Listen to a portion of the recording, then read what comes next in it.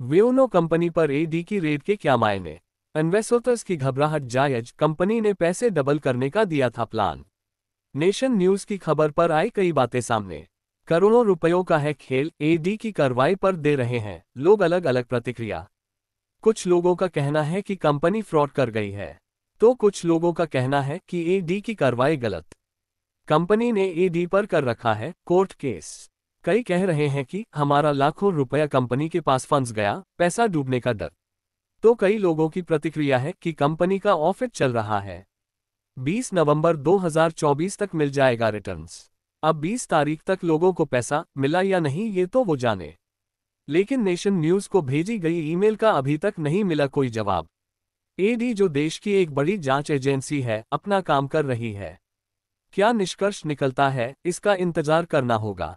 लेकिन जिस तरह कुछ लोग ईडी की कार्रवाई पर सवाल उठा रहे हैं, वो एक सोचने का विषय है।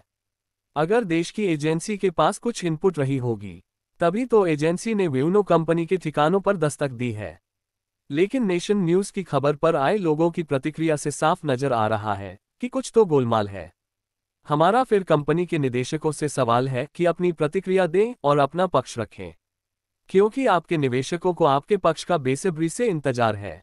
क्योंकि मामला लोगों द्वारा अपनी मेहनत की कमाई से कमाए हुए धन का है। क्या हकीकत में कंपनी ने इन्वेस्टर्स को दोगुना पैसा देने का वायदा किया है? अगर सही है तो क्या है कंपनी का रोड मैप? कहीं ये कोई पॉन्जी स्कीम तो नहीं? आओ एक नज़र डालते हैं पॉन्जी स्कीम चलाने वाली कंपनियों पर। किस तरह करती हैं ये कंपनियां लोगों के पैसों से खेल।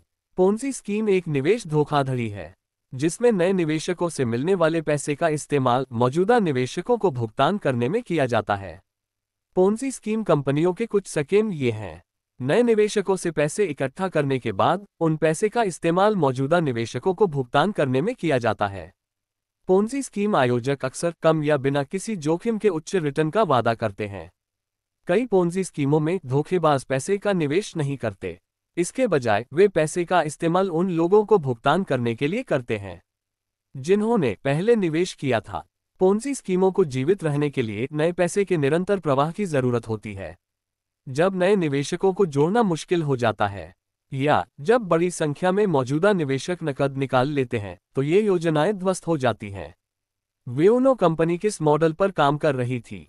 लाखों रुपयों की राशि इन्वेस्टमेंट के रूप में लिए हैं, इसका खुलासा इन्वेस्टर्स ने नेशन न्यूज की खबर की प्रतिक्रिया में किया। अब देखना यह है कि यह कितना सत्य है, यह आने वाला समय ही बताएगा।